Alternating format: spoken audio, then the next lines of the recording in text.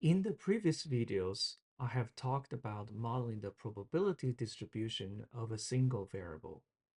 Now, I want to talk about how to model the conditional probability of a one variable given another variable.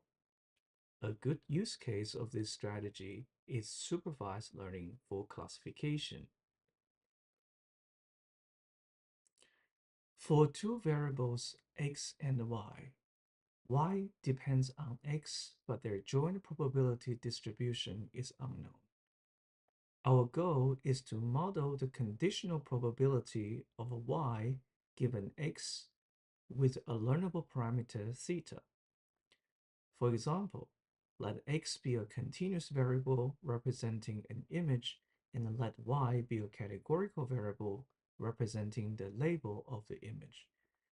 Our goal is to predict the label of the given image through a model of conditional probability of y given x.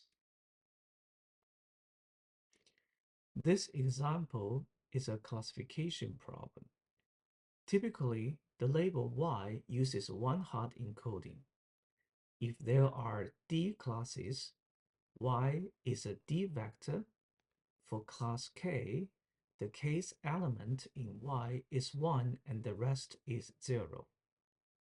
We define a model that takes x as the input and outputs the probability that x belongs to each class. We can write the output as a vector Q. Its elements are between 0 and 1 and sum to 1. The parameter of this model is theta. Using the output vector Q, we can define a categorical distribution for the conditional probability of y given x.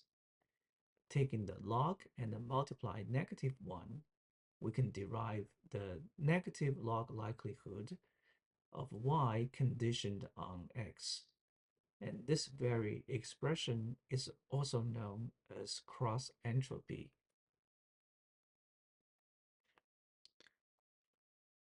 The objective is to learn the parameter theta that minimizes the expectation of the negative log likelihood of y given x.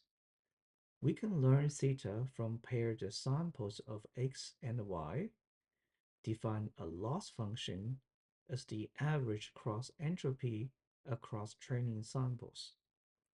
The loss depends on the model output Q and the model input Y and the model parameter theta. A learning algorithm searches the optimal theta that minimizes this loss function. In practice, the model for classification can use logistic regression or neural networks.